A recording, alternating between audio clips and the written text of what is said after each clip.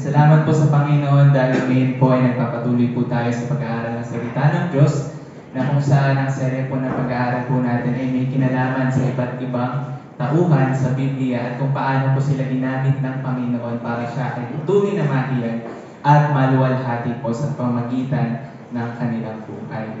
Okay, so sa pagpapatuloy po natin ng ating serye, ay ngayon po ay pag-aaralan po natin ang isa sa mga tauhan na kilala dahil sa kanyang integridad, kilala sa kanyang katapangan at katapatan sa Diyos sa kabila na sila po ay bihag sa Babylonia. Ito po ay walang iba kundi si Daniel. So pag-aaralan po natin ang kanyang buhay at kung paano po kumikilos ang Panginoon sa kanya. At ngayon din, bilang mga mananampalataya ay talaga makaka-relate po tayo dahil makikita po natin na yung kanyang kalagayan ay katulad din po ng kalagayan po natin. God is my judge, devotion in exile. So dito po makikita natin kung paano naging hukom ang Diyos, kung paano kumilos ang Diyos sa buhay po ni Daniel, sa kanyang katapatan sa Panginoon. Kahit po, sabi ko po kanina, kahit po sila ay nasa ilalim ng Babylonia. So dito po natin makikita, dahil alam niyo po ba na ang Daniel, ang ibig sabihin ng pangalang Daniel ay God is my judge. Okay? At sa Old Testament po, pag binigay yung isang pangalan at yung kahulugan nito, ibig sabihin, may kinalaman po ito sa kung paano kikilos ang Diyos sa kanyang buhay. Kung paano yung pagkatawag ng Diyos sa tauhan po nito. Okay? So, sino ba itong si Daniel? Ano ba yung Book of Daniel? So, ito pong Book of Daniel ay nangyari po sa panahon na ang bayan ng Juda ay nasa ilalim po ng Babylonia sa loob ng 70 taon. So kung babalikan po natin ay pinahayag po ng Diyos kay Propeta Jeremiah na dahil sa pagrebelde ng kanyang bayan sa pagsamba sa Diyos-Diyosa na magiging parusa sa kanila ay for 70 years sila po ay mapapasa ilalim sa Babylonia. Okay? At nung Juda po ay nawasak at nilusog ng mga Babylonia, ang mga tao po dito, ang mga naninirahan ay dinala pabalik sa Babylonia. At isa na po rito si Daniel at yung kanyang mga kaibigan. At that time po, sabi po ng ilang mga dokumentary, si Daniel po ay teenager pa lang nung siya po ay dinala sa Babylonia. So kung titignan po natin yung kanilang kalagayan, alam po natin na sila ay bayang pinili ng Diyos. So kung sila ang bayang pinili ng Diyos, bakit kailangan nilang pagdaanan ito?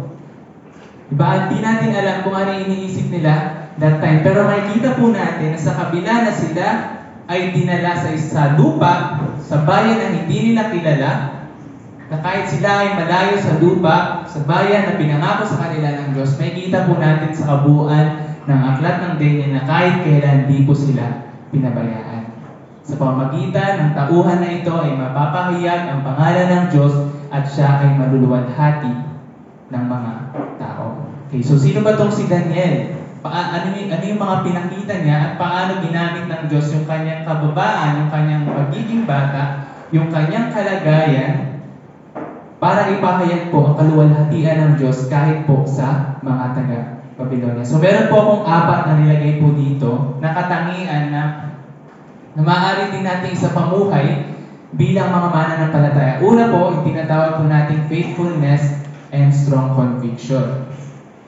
Okay? Dahil mababasa po natin yan sa Daniel chapter 1 na yung panahon po na kung saan ay nabihag po ang mga taga-Juda, ipinag-utos po ni Nebuchadnezzar, ni Haring Nebuchadnezzar sa kanyang alagad, sa kanyang tauhan na si Aspenas. Ang sabi niya, mamili ka ng mga kalalakihan na makisig, matalino at kayang turuan ang ating kultura. Sa loob ng 3 taon, sila ay tuturuan natin at papakainin ng mga pagkain ng hari.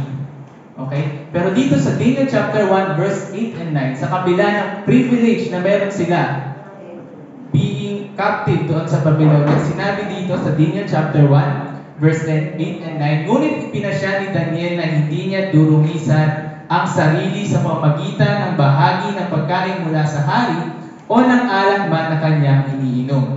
Kaya't kanyang hiniling sa pinuno ng mga yunoko na pahintulutan siyang huwag dungisan ang kanyang sarili. At pinahintulutan ng Diyos na si Daniel ay tumanggap ng lingap at habag mula sa pinuno ng mga yunoko. So dito natin makikita yung conviction, ni Daniel na sa kabila ng kanilang privilege, ang kanyang paninindigan is ayaw niyang madungisan sa harapan ng Diyos. Mananatili siya tapat sa ating Panginoon. So ano yung makikita natin?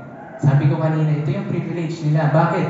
Kasi isipin po natin sila ay bihag sa Babylonia. And that time, kapag bihag ka ng isang bayan, wala kang karapatan, wala kang boses sa lipunan. And yet, isa sila sa mga napili para sa loob ng 3 taon, meron silang special treatment. Ano yun? Sila ay aalagaan, sila ay pag-aaralin, at bibigyan ng pagkain na katulad ng kinakain ng hari. Kung yung pagkain ng hari is lechon, kung yung pagkain ng hari ay masarap na pagkain, yun din yung kakainin nila. So yun yung privilege na meron sila sa kabila ng kanilang kalagayan. Pero dito po, may kita natin yung kanyang katapatan sa Diyos. Mas pipiliin kong kumain ng gulay kaysa sa lechon. Mas pipiliin kong uminom ng tubig kaysa sa wine. Diba? So makikita po natin yung katapatan ng tauhan na to, na determined na siya. Yung kanyang paninindigan, yung kanyang prinsipyo, ano man ang mangyari, hindi ito makokompromiso. Okay? So nakita natin na nandun yung kanyang katapatan, na kahit nandyan na yung tukso, tatanggapin na lang nila, napakaganda ng in-offer ng hari sa kanila. Pero ang paninindigan ko, ako ay magiging tapat sa Diyos. Dahil ito ang kalooban ng Panginoon. At alam niyo, bilang mga mananampalataya, napakaganda dahil paalala ko sa atin na yung kalaban, minsan umaatake po ang kalaban hindi sa mga bagay na ayaw natin, kundi ino-offer niya yung mga bagay na siguradong gusto natin. To the point na nakaka-feel tayo ng pressure na i-compromise yung ating pamumuhay sa Panginoon. Kung ikaw ay naghahanap ng trabaho, maaaring magdala ang kalaban ng meron ditong trabaho, better job, better opportunity, better life. Pero ang kondisyon is that hindi ka makakatin sa araw ng linggo. Ang kondisyon is that sa environment na pinagpapasukan mo is puro mai-involve yung sarili mo sa pamumuhay na hindi ka dapat. Diba? So bilang mga mananampalataya, dapat makita rin yung ating faithfulness and strong conviction. Dahil once na tayo ay sumampalataya sa ating Panginoon, alam niyo, binigyan po tayo ng kalayaan na huminti, to say no from temptation. And dahil sa pananampalataya po na meron tayo sa ating Panginoon, hindi lang ito tumitigil sa ikaw ay nagtiwala at ikaw ay naligtas sa kasalanan, kundi ang pananampalataya, it means na you are committed to live a life na nakakalugod sa Diyos. Next slide po, ang sabi po sa 1 Corinthians 10 verse 13, walang tuksong dumating sa atin ang hindi karaniwan sa tao. Subalit tapat ang Diyos na hindi niya ipapahintulot na tayo ay tuksuhin ng higit sa ating makakaya, kundi kalakip ng bawat tukso ay naglalaan ng pag-iwas upang ito'y ating kayang matiis. At sa James chapter 4 verse 7, ano yung kailangan natin gawin? Kapag tayo po ay naatake ng kalaban, isa lang po yung gawin natin. Tayo ay magpasakop sa Diyos. Labanan natin ang dyablo at siya ay lalayo sa atin. So katulad po ni Daniel na natili siya sa kanyang katapatan, sa kanyang pagiging matuwid sa harapan ng Diyos. At ganoon din tayo, anytime na dumating man na tayo ay tuksohin, na tayo ay makompromiso dahil sa pananampalataya natin, lagi po nating alalahanin kung ano yung ginawa ni Jesucristo para tayo po ay magkaroon ng kalayaan na meron tayo ngayon. So yun po yung una, magkaroon tayo ng faithfulness and strong conviction. Pangalawa, tinatawag po nating faithfulness in prayer. Dahil sa Daniel chapter 2 naman po, ang nangyari po dito, after po na ma-promote sila Daniel at kanyang mga kaibigan, dahil nakita na sila ay 10 times na mas marunong, mas magaling kaysa sa mga ibang bihag, ang nangyari po, isang gabi, si Haring Nebuchadnezzar po ay nanaginip. At yung panaginip na yun ay sobra siyang nabagabag to the point na ipinatawag niya lahat ng mga enkantador, lahat ng mga pantas, lahat ng mga matatalino sa buong Babylonia para ipahayag yung meaning ng kanyang panaginip. Long story short, ang nangyari po, walang makapagpaliwanag ng kanyang panaginip. Sinabi ng mga pantas sa kanya, mahal na hari, walang kayang magpaliwanag ng panaginip mo. Yung hinihiling mo, imposible yan. Okay? Dahil sa kanilang naging sagot, ang nangyari, nagalit ang hari. To To the point na ipinag-utos niya na sa buong Babylonia, ipapapatay lahat ng mga pantas.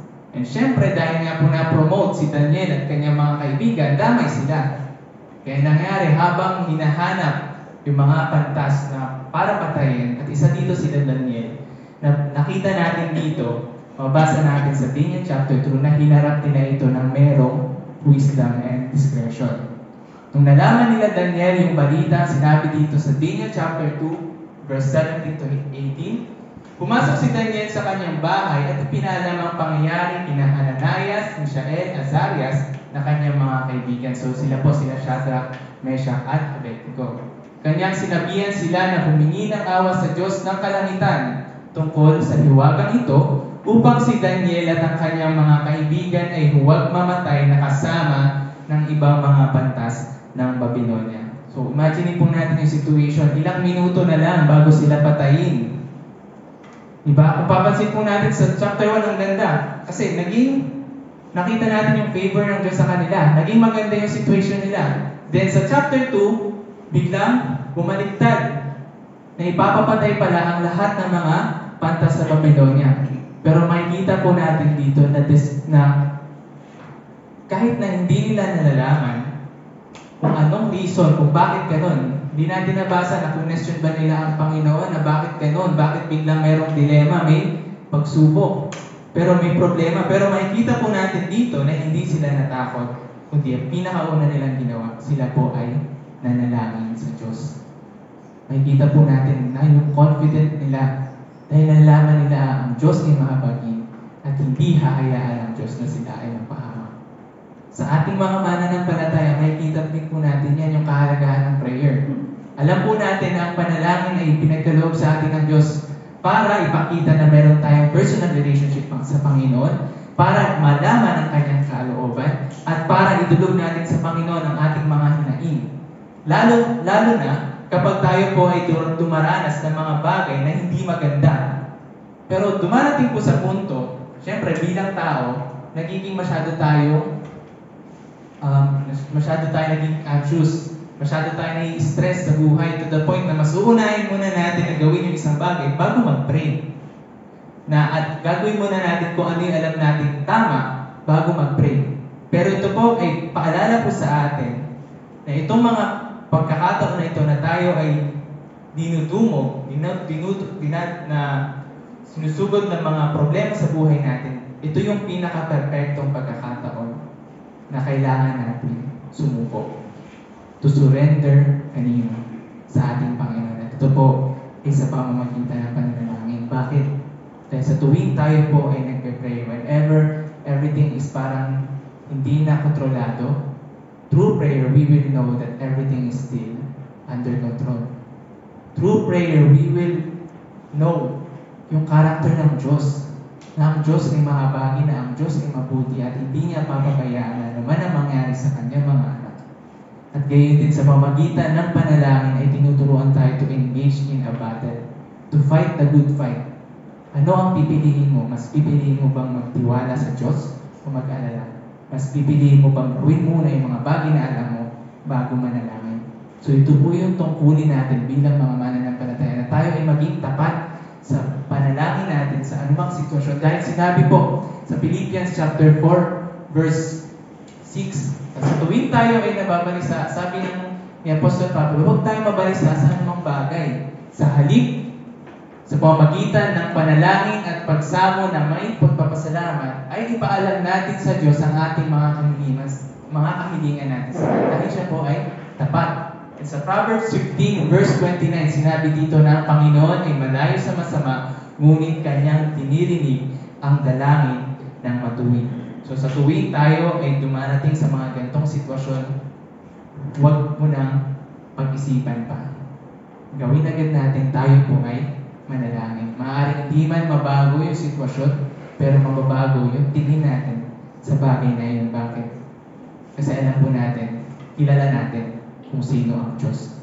So, it is a reminder sa atin na maging faithful, magkaroon tayo ng strong conviction, maging tapat sa panalangin, at pangatlong bagay po na makikita natin ay maging bold sa pagpapahayag ng katotohanan. Dahil pagtalod po natin ng Daniel chapter 5, meron na pong isang dilema. Nangyari po dito is that si Haring Belshazzar, na anak ni Haring Nebuchadnezzar, one time po siya po ay nagse-celebrate kasama ng kanyang mga kaibigan, mga maharlika, mga asawa, mga asawang lingkod. Okay? At dahil sa sobrang saya niya, sobrang gusto niya magpa-impress sa kanyang mga bisita, ginawa niya, pinakuha niya yung mga cup, yung mga lalagyanan na ginto o pilak na nasamsam ng mga Babylonia sa templo ng Diyos sa Juda. So alam na po natin yung nangyari. Dahil po sa ginawang aksyon ni Haring Belshazzar, nangyari, merong lumitaw na isang kamay, isang daliri. At sinulat dito yung sa pader, nakalagay, Mene, Mene, Tekel, Parsin. Ito yung naging hatol ng Diyos kay Haring Belshazzar. At dahil nakita ng mga tao at ni Haring Belshazzar na merong kamay na sumusulat sa pader, sobrang natakot sila, namutla, nanginig yung tuhod. At dahil gustong-gusto niyang malaman anong ibig sabihin nung nakasulat doon, ang ginawa niya ulit, pinatawag niya lahat ng mga pantas sa palasyo. Pero alam naman natin yung storya na hindi nila ulit maipaliwanag hanggang sa pumasok po si Daniel. At dito makikita po natin yung sinabi niya sa verse 22 and 23 na sabi dito. Sabi po ni Daniel kay Haring Belshazzar, "Ngunit ikaw na kanyang anak, O Belshazzar, ay hindi mo pinapagkumbaba ang iyong puso, bagamat iyong nalalaman ang lahat ng ito. Itinaas mo ang iyong sarili dapat sa Panginoon ng langit. Kanilang dinala ang mga sisidlan ng kanyang bahay sa harapan mo, ikaw at ang iyong mga maharlika, ang iyong mga asawa, ang iyong mga asawang lingkod, ay uminom ng alak mula sa mga iyon. Pinuri mo ang mga Diyos na pilak, hinto, tanso, bakal, kahoy at bato sa hindi nakakakita, hindi nakakarinig o nakakaalaman. Ngunit ang Diyos na may hawak sa iyong paghinga at sa Kanya ang lahat mong mga lakad ay hindi mo man lang niluwalhati." So napaka-strong ng statement na binitawan po ni Daniel kay Haring Belshazzar. Makikita po dito na hindi man lang niya binaluktot, hindi niya pinalambot yung kanyang sinabi. Kasi kung isipin po natin na sa harapan siya ng hari, na anytime sa kanyang edad, pwede siyang patayin. Okay? Pero kahit kailan hindi niya nilambutan yung sinabi niya, kung ano yung rating ng Diyos sa kanya, yun yung sinabi niya. Dahil sa Daniel chapter 5, alam niyo mo, pinakilala ni Daniel ang Diyos. Na ang pagkakilala niya sa ating Panginoon, He is the Most High God. Alam ni Daniel kung sino yung merong highest authority. That's why hindi siya natakot. Even sa harapan ng hari, naging tapat siya sa pagkatawag sa kanya ng Diyos. And it is a challenge bilang mga mananampalataya. Bakit? Kasi alam po natin kung ano yung totoo. Alam po natin na paggawa ng mabuti, pag-attend tuwing linggo, pagiging relihiyoso ay hindi paraan upang mapunta sa langit. At kung iyan yung ipapahayag po natin sa mga tao, ano yung mararamdaman nila? Pwedeng magalit, pwedeng malungkot, pwedeng magkaroon ng sama ng loob sa atin. Bakit? Kasi yun yung ginagawa nila, yun yung gusto nilang paraan. Pero alam natin ang katotohanan na ang kaligtasan ay matatagpuan lamang sa pananampalataya natin sa ating Panginoong Kristo. Kaya po kung mapapansin po natin na kung ikaw ay nagpapahayag ng katotohanan sa panahon natin ngayon, ikaw ay tutuligsahin. Ikaw ay makakaranas ng persecution.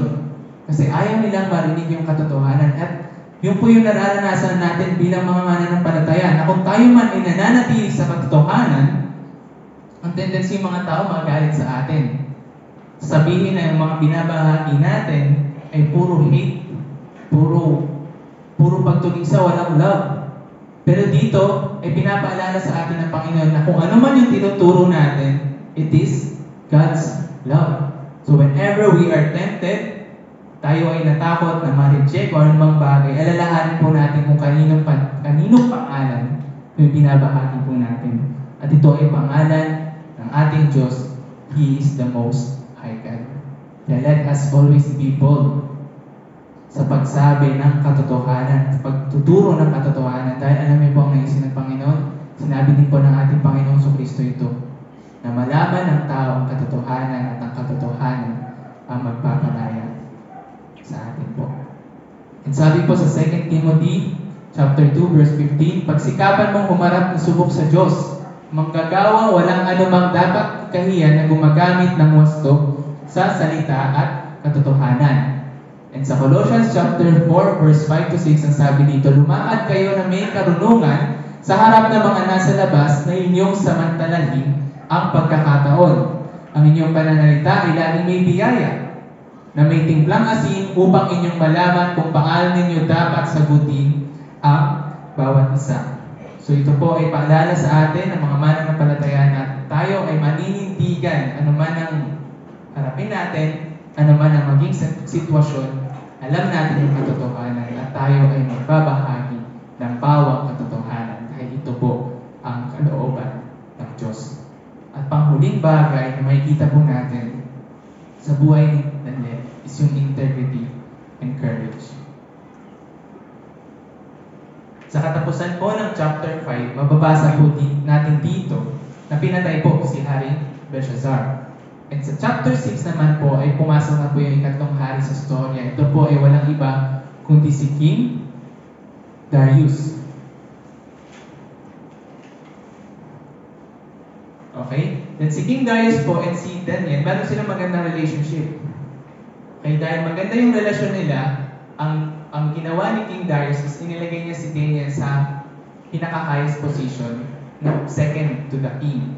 Okay, at dahil dito nagselos yung ibang mga pantas sa kanya. Kaya nangyari, plano sila, gusto nilang makahanap ng palusot para maipagbintang ng isang bagay na ginawa ni Daniel para maisumbong nila sa hari. Pero ang problema, wala silang makita kahit anong mali. Ang nakita lang nila na hindi kayang bitawan ni Daniel ay yung kanyang katapatan sa Diyos. Kaya ang ginawa nila, nililang nila yung hari. Pinamitan nila ng mga matatamis na salita at sinabi nila, mahal na hari, ikaw ay makapangyarihan, ikaw ay karapat-dapat. Kaya gawin po natin, ipag-utos po natin sa buong kaharian ng Babylonia na sa loob ng 30 araw ay walang ibang Diyos na dadalanginan kundi ikaw lamang. At kung sino mang matagpuan dito na sumuway ay itatapon sa kulungan ng mga leon. At napakaganda dahil nung marinig po ni Daniel yung utos na ito na nalagdaan, ang sabi sa Daniel chapter 6 verse 10, nang malaman ni Daniel na ang kasulatan ay nalagdaan na siya'y pumasok sa kanyang bahay na ang mga bintana ay bukas paharap sa Jerusalem. At siya'y nagpatuloy na lumuhod ng 3 ulit sa loob ng isang araw na nanalangin at nagpapasalamat sa harap ng kanyang Diyos gaya ng kanyang dating ginagawa. Ano yun? Parang walang paki si Daniel. Ano man yung maging utos ng hari, ako ay magiging tapat sa Panginoon. Gagawin ko kung ano yung tungkulin ko sa Diyos. O dahil nakita ng mga pantas, ng mga nagsasaya sa kanya na siya ay nagpe-pray. Kasi kitang-kita nakabukas yung bintana. So dali-dali sila nagsumbong sa hari sa ginawa po ni Daniel. And in the end, dahil walang magawa yung hari, dahil hindi na pwedeng baluktutin yung naibabang utos, ang nangyari po ay pinatapon na si Daniel sa kulungan ng mga leon. At malalaman po natin na kinabukasan na natiling tapat ang Diyos sa buhay ni Daniel. Bakit? Dahil sinabi sa Daniel chapter 6, verse 21 to 22, tinanong ng hari, Daniel, iniligtas ka ba ng Diyos na pinaglilingkuran mo ng buong katapatan? Sumagot si Daniel, O hari, mabuhay ka, magpakilanman. Isinugo ng aking Diyos ang kanyang anghel at itinigong ang mga bibig ng mga leon. Hindi nila ako sinaktan sapagkat ako'y natagpuang walang sala sa harapan niya at gayon din sa harapan mo. O hari, wala akong ginawang kasalanan. Ito yung patotoo po ni Daniel sa katapatan po ng Diyos sa kanya. Na yung kanyang devotion sa Diyos, sobrang minug na. To the point na hindi na siya natakot kahit nabataan man siya ng kamatayan sa kanyang katapatan sa Diyos. Dahil nalalaman niya na yung kanyang ginagawa ay tama. Na yung kanyang pinaglilingkuran ay ang nag-iisang Diyos na karapat-dapat sambahin at papurihan. At hindi minention kung ano yung napipili ni Daniel. Pwede bang maaaring naisip niya na ililigtas naman siya sa kulungan ng mga leon? Or, nandun yung kanyang pagnanais na kahit sa kanyang huling hininga, siya ay magiging tapat sa Panginoon. Pero isa may kita po natin dito. Sa loob ng halos 60 taon, kasi that time po matanda na si Daniel, nasa 70 or 80 years old na siya. Sa kabila po, nang siya ay nasa Babylonia, kahit kailan ay hindi po siya binabayaan ng Panginoon. Napakaganda po na ito dahil bilang mga mananampalataya, ito rin po yung pagkatawag sa atin ng Diyos. Kung tayo ay nanampalataya sa Panginoon, na-realize natin na ang Diyos ay tapat pala sa lahat ng bagay na meron tayo. And living in this world, na kung saan yung Diyos ng mundong ito ay yung kanilang sarili, yung kanilang naisin, yung kanilang gusto, ay pawang sila lamang at hindi hinahanap ang Diyos.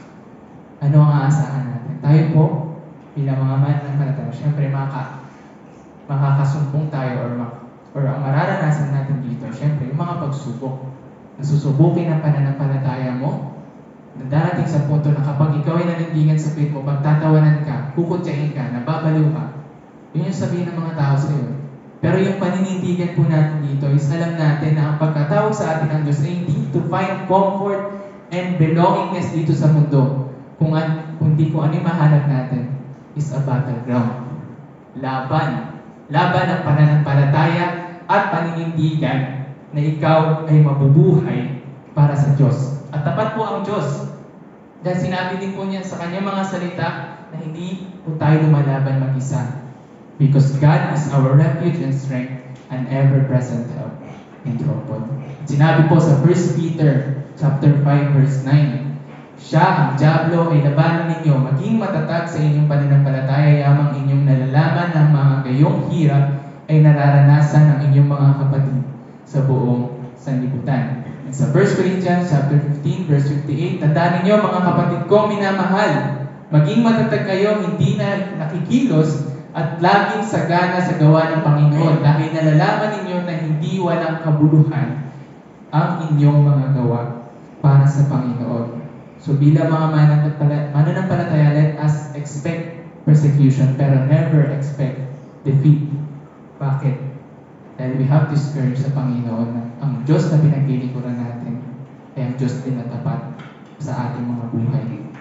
So ilan lamang po ito, itong apat na ito, yung faithfulness and strong conviction, faithfulness in prayer, boldness sa pagpapahayag ng katotohanan, integrity, and courage. Ay ilan lamang ito sa pinapakita sa atin ng Diyos na maging panghawakan din natin ng mga mananampalataya.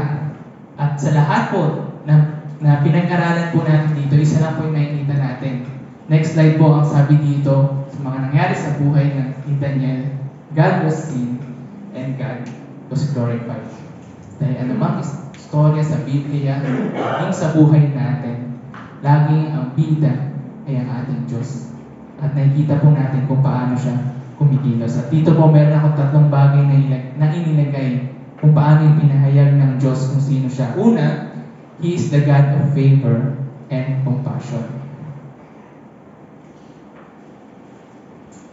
So all throughout sa buhay po ni Daniel, nakita po natin na talagang binibigyan siya ng favor ng Diyos. Dahil sa chapter 1 pa lang ay nabasa na natin na kahit sila po ay bihag, binigyan niya siya ng favor ng Panginoon sa paanong paraan. Na sila po ay pinayagan na manindigan sa kanilang katapatan sa Diyos sa pagkain ng gulay at pag-inom ng tubig hanggang sa iligtas siya sa kulungan ng mga leon. So makikita natin yung favor and compassion ng Panginoon. Lahat ng bagay na yun ay nagawa ni Daniel dahil sa Panginoon. Kaya siya naging marunong, kaya meron siyang kakayahan para magpaliwanag ng mga vision at panaginip dahil ang Diyos na kanyang pinaglilingkuran, He is the God of compassion. At sa atin po na mga mananampalataya, pinakita rin ng Panginoon yung pinakaunang favor and compassion na naranasan natin sa pamagitan ni Jesucristo. Na kahit tayo po ay makasalanan, ang ginawa po ng Diyos ay tayo ay iniligtas, tayo ay binigyan niya ng biyaya, ng compassion. Na kahit hindi natin deserve, ay pinakita ng Diyos sa John chapter 1 verse 16, ang sabi doon, He is abundant in grace. And dahil ang Diyos ay puspos ng biyaya, tayo lahat ay tumanggap pa ng biyaya na sinundan pa ng ibang biyaya. Yun po yung buhay na meron tayo bilang mananampalataya. We are favored by God dahil sa biyaya ng ating Panginoon. Hindi natin inihihiwalay ang ating sarili sa iba dahil pare-pareho tayong makasalanan. Pero ang pagkakaiba is that nakita natin, nasumpungan natin at naranasan na ang Diyos ay mayroong biyaya. And to have this relationship sa Panginoon, it means na ikaw ay anak ng Diyos, ang pagkilos ng Diyos ay nasa iyo, at ang naisin ng Diyos ay lumakad ka sa buhay na malapit sa Kanya. At nakakalungkot po dahil maraming mga tao, ang dahilan kung bakit sila po ay nire-reject nila ang Diyos ay dahil gusto daw nila maging malaya. Ayaw nilang magpatali. Ayaw nilang magpatali sa sinasabi ng Biblia na sa tingin nila kapag sila ay sumampalataya sa Diyos, ang dami ng bawal. Ang dami ng mga bagay na hindi dapat gawin. Pero sa atin, ng mga mananampalataya, once na sumampalataya ka sa Panginoon, dito mo palang naranasan na sa buhay mo, there is fulfillment, there is purpose, and there is meaning. And to have this relationship sa Panginoon is the greatest privilege na meron ng isang mananampalataya. And hindi lang yun. Bilang mga mananampalataya, it is a reminder sa atin, huwag tayo ma-discourage. Kasi, syempre, dumarating pa rin sa punto na tayo ay nahihirapan, tayo ay napapagod. May mga nagsasabi na mahirap ang buhay ng isang Kristiyano. And ang nangyayari doon is na-discourage tayo. Kasi may mga pagkakataon na tinitingnan natin yung paglilingkod as a sacrifice more than a privilege. Yung ating pagsubok as a test more than a purification. And yung buhay natin as an offering more than a blessing. Ano pong ibig sabihin nun? Totoo, na kapag ikaw ay naglilingkod sa Panginoon, meron kang isasakripisyo. Na kapag ikaw ay nabubuhay para sa Diyos, mayroon kang i-offer. Pero hindi lang po natatapos doon. Hindi tayo nakafocus sa kung ano yung tinatanggal natin, kung ano yung binibigay natin. Kundi nandun din yung katapatan ng Diyos na meron siyang ibinabalik. Na kung ikaw ay naglilingkod sa Panginoon, huwag kang ma-discourage. Bakit? Yes, meron kang mga sinasacrifice. Pero it is a privilege na bilang mga mananampalataya, ginagamit mo ang buhay mo para kay Kristo.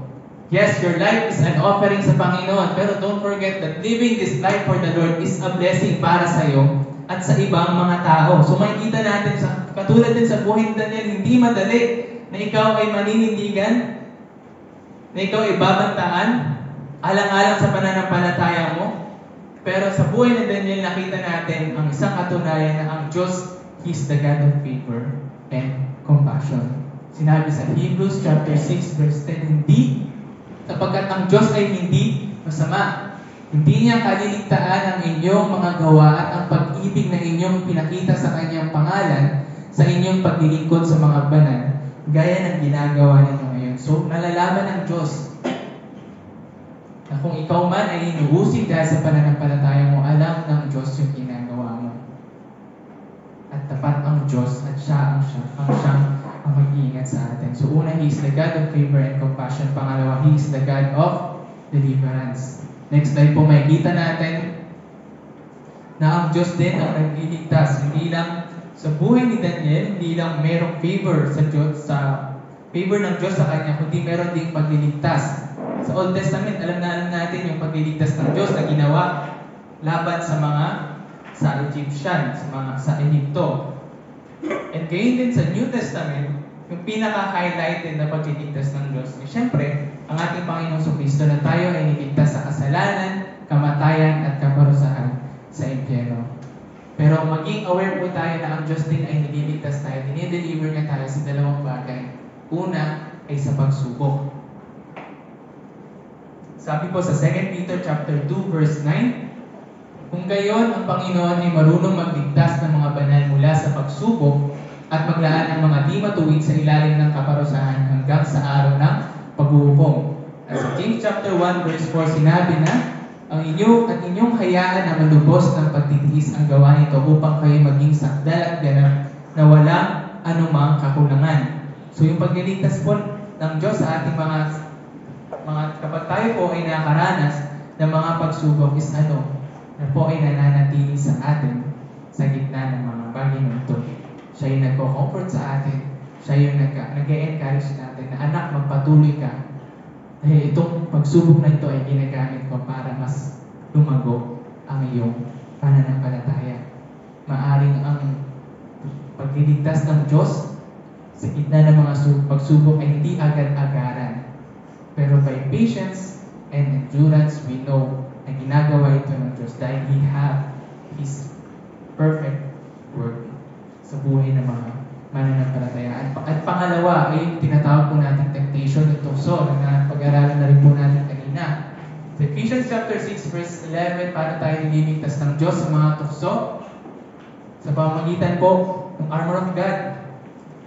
Ang sabi dito, Ephesians 6 verse 11, suot ninyo ang buong kasuotang pandigma ng Diyos upang kayo makatagal laban sa mga pakanan ng diablo. At sa Hebrews chapter 2 verse 18, isang patotoo na mismong si Jesus Christ din ay tinukso pero hindi siya nagkasala. Palibhasa ay nagtiis siya sa pagkatukso dahil siya ay nakakasaklolo sa mga tinutukso. So bilang mga anak ng Diyos, yun po kasi yung ninanais ng ating Panginoon na tayo ay mamuhay ng may kabanalan. Dahil totoo na kapag tayo po ay nahulog sa pagkakasala, nawawala yung joy of salvation ang tinatawag. Ano yung napipil natin?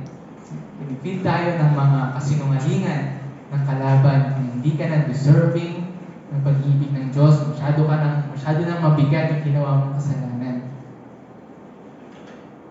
Pero dahil yung sinabi ko nga kanina, kung tayo ay susuko, kung tayo ay magsusurrender sa Panginoon, marirealize natin na itong mga binabato ng kalaban is just all lies.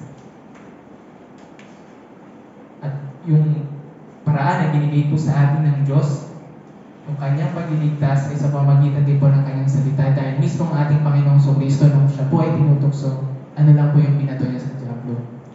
Kanyang mga salita. Sapagkat nasusulat. So una, He is the God of favor and compassion. He is the God of deliverance. And panghuli, He is our judge. God is our judge. So katulad din po nung title natin. So ito pong judgment or paghatol na binabanggit dito is nalalaman natin na hindi lang ang mga hindi sumampalataya sa Diyos ang hinahatulan, kundi maging ang mga mananampalataya. Pero it has nothing to do with our salvation. Walang kinalaman ito sa salvation natin. Bakit? Kasi nung nampalataya ka sa Panginoon, hindi na mawawala ang kaligtasan mo. Ikaw na ay eternally secured sa Panginoon. So ano yung check ng Panginoon? Ano yung pagbibigay sulit natin sa Diyos?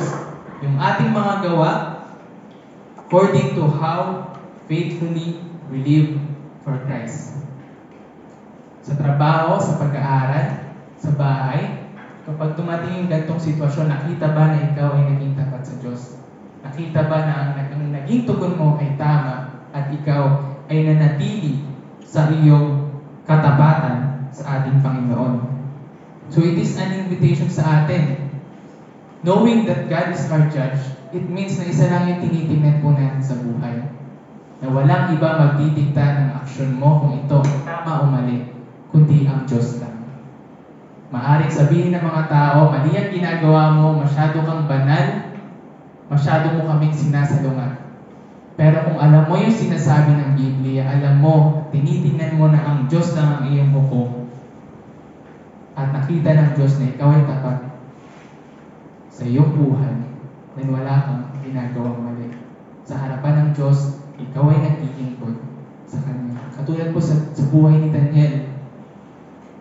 Actually, meron po akong picture dyan. Next slide po. Yan. So, alam ko familiar na po ang ilan sa inyo sa picture na ito. So, ito yung isang description or pagpapaliwanag lang nung naging pamumuhay ni Daniel ng kanyang katapatan po sa Diyos. Nandito yung mga leon. Okay? Isipin natin na itong mga leon, ito yung mga tao, yung mga pakanan ng kalaban na sinasabi na ginajudge tayo dahil sa pamumuhay mo bilang mananampalataya. Pero makikita po natin, hindi siya nakaharap dito. Doon siya nakaharap sa kabila. Nakatingin siya sa Diyos.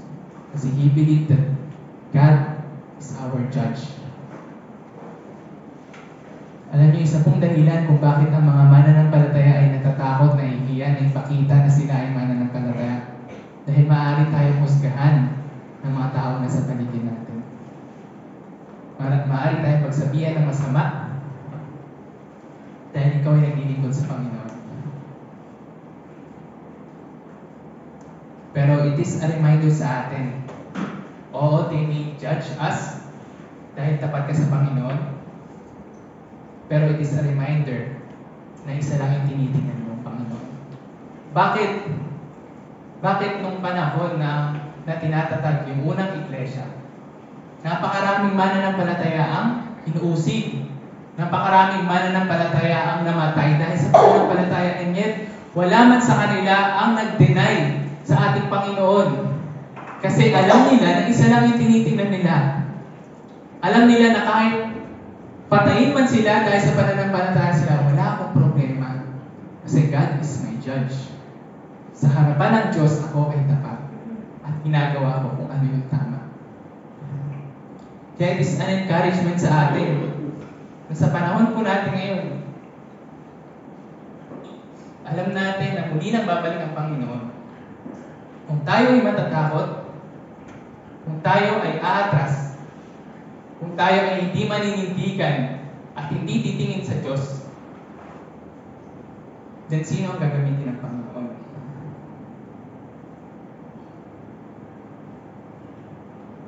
God being our judge tells us that no one will dictate whether our actions are good or bad, but Christ alone. At dahil nakatingin ka sa Panginoon, there is freedom in Christ. There is freedom in declaring the Lord. Dahil nakatingin ka sa Panginoon, there is no fear in serving the Lord. Dahil sinabi po sa 2 Corinthians 5 verse 10, balikan po natin yung isang slide ng sabi dito, sapagkat tayong lahat ay kailangang humarap sa hukuman ni Kristo upang bawat isa sa atin ay tumanggap ng kabayaran sa mga bagay na ginawa niya sa pamamagitan ng katawan, maging mabuti o masama. So darating yung araw na tayong lahat ay haharap sa Panginoon.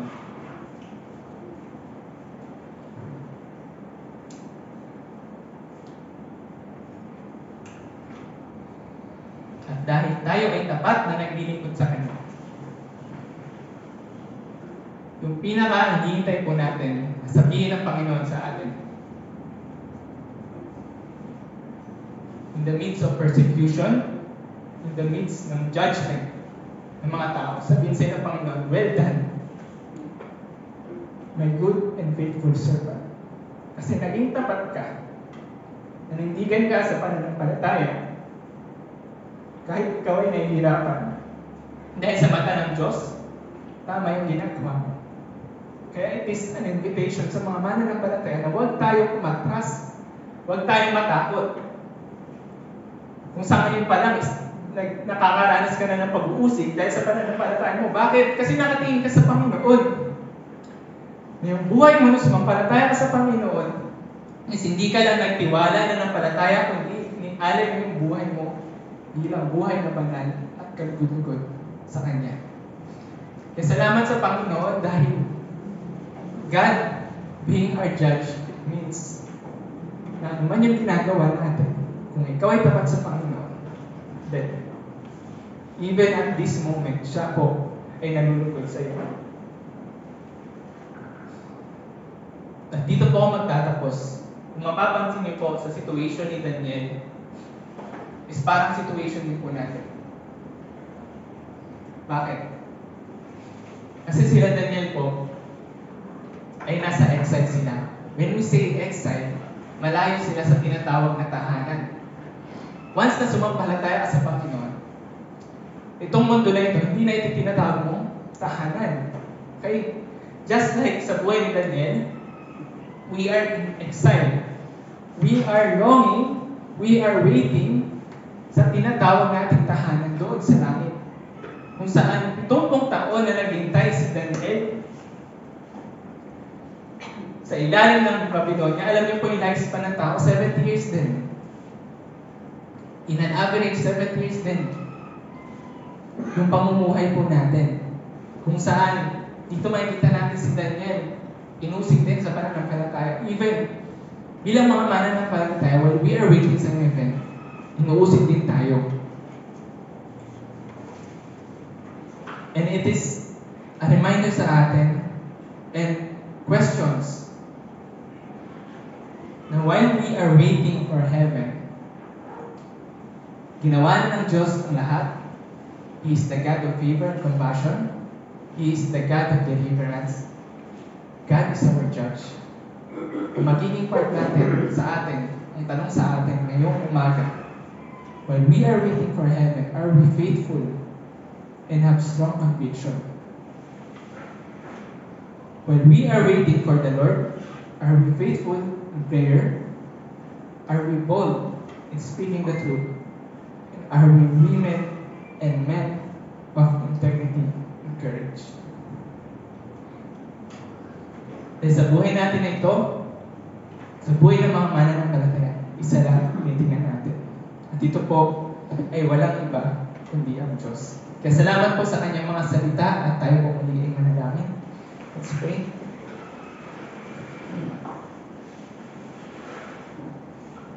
Panginoon, dakila sa lahat, aming Diyos at aming Ama. Ang Diyos naming sinasamba, pinaglilingkuran, na ang buhay po namin ay para sa iyo. Salamat o Diyos dahil pinahayag mo na ikaw ay tapat at ang naisin mo sa amin ay maging tapat sa buhay na meron kami sa aming Panginoon sa Kristo.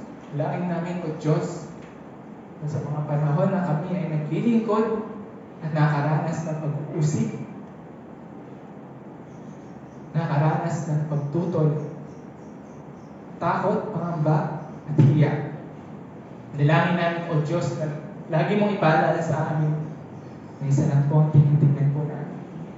Na kung kami ay naglilingkod ng tapat, alam po namin na kami ay nasa tama.